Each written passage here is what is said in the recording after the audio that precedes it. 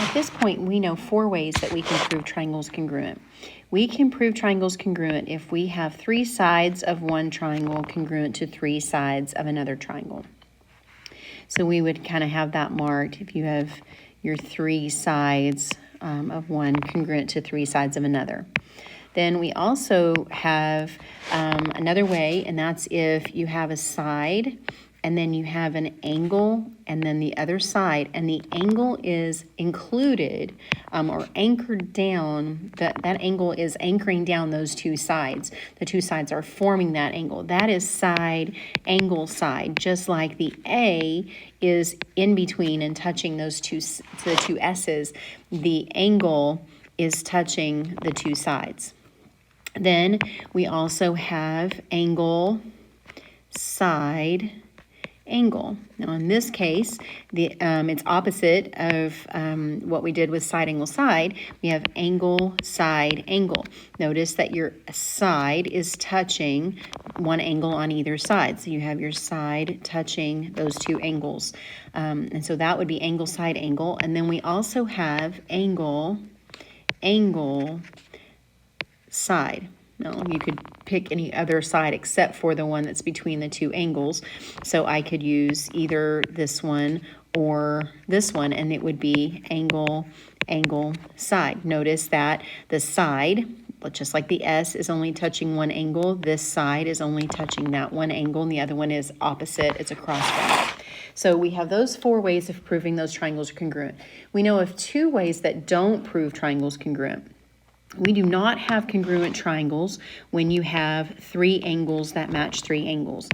Easy example for that is I can have this little bitty equilateral triangle that has all 3 angles are equal, or I can have this bigger one that has all 3 sides equal and all 3 angles are equal.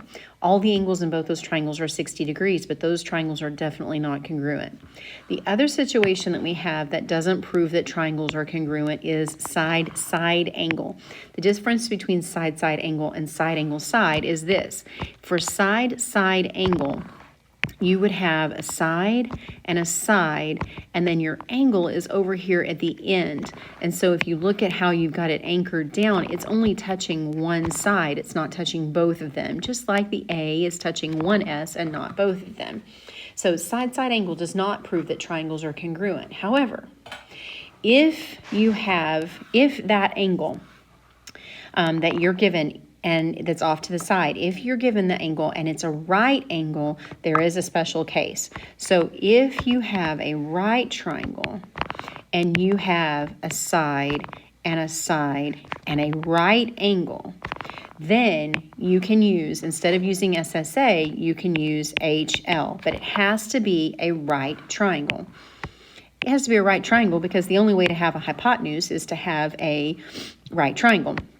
Just a quick review, the hypotenuse is the side that's across from the right angle, and then the legs form the right angle. They form that L. That's how you can remember it, leg and L.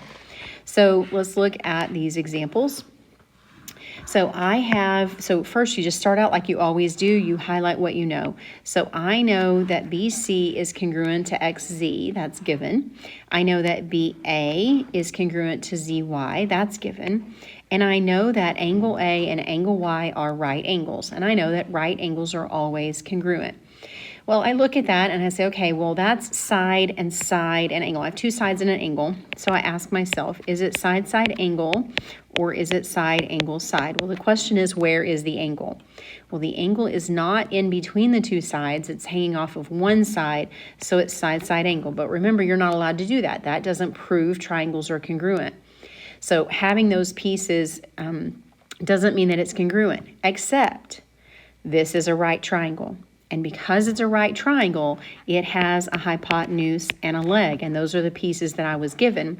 So I am allowed to say then that these 2 triangles are congruent by HL. I still don't say they're congruent by SSA because they're not, but it's the only instance where I can take an SSA triangle and say that yes, they are for sure congruent, and it's because it's a right triangle. So triangle BAC is congruent to triangle ZYX. And the order that you say those in is important. Let's look at this one. So we know that BC is congruent to DC, that's given. We know that BAC is congruent to DAC, that's given.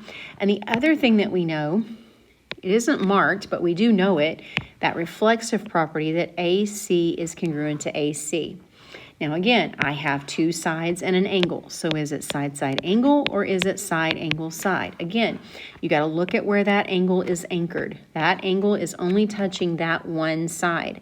So just like this A is only touching that S, that one S, you can't use side-side angle. So you look, is it a right triangle? No. Then the answer is no. You can't say that these triangles are congruent. And if they're not congruent, then there's no way to write a way that they are congruent. Because if you write a congruent statement, that says that they are congruent, but they're not. So you can't write one. Let's look at this last one. So this last one, I have AB is congruent to AD. I have this right angle is congruent to that right angle. And I have that AC is congruent to AC. So that's the reflexive property. So can't forget, anytime you have back to back, that's the reflexive property.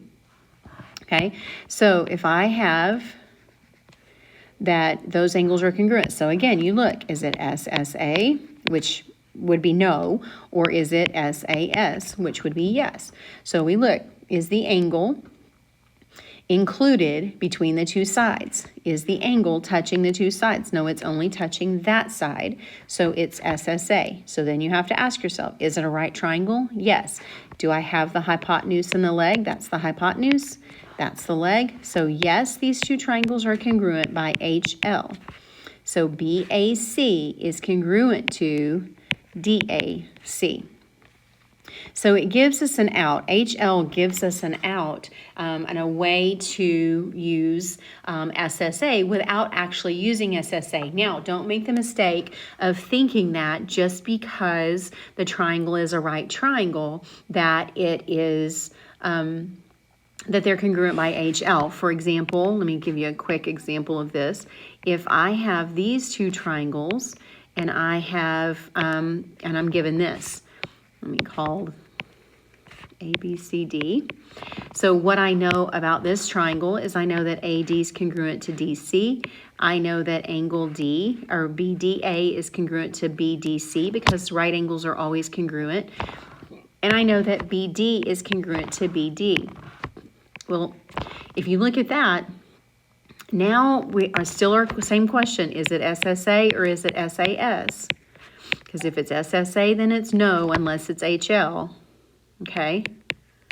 And then if it's SAS, then it's yes. So you look, is it SSA? Well, the angle is touching both sides. So since it's touching both sides, it is side angle side. So those two triangles are congruent by side angle side.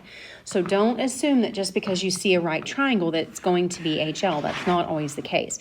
You have to look at where that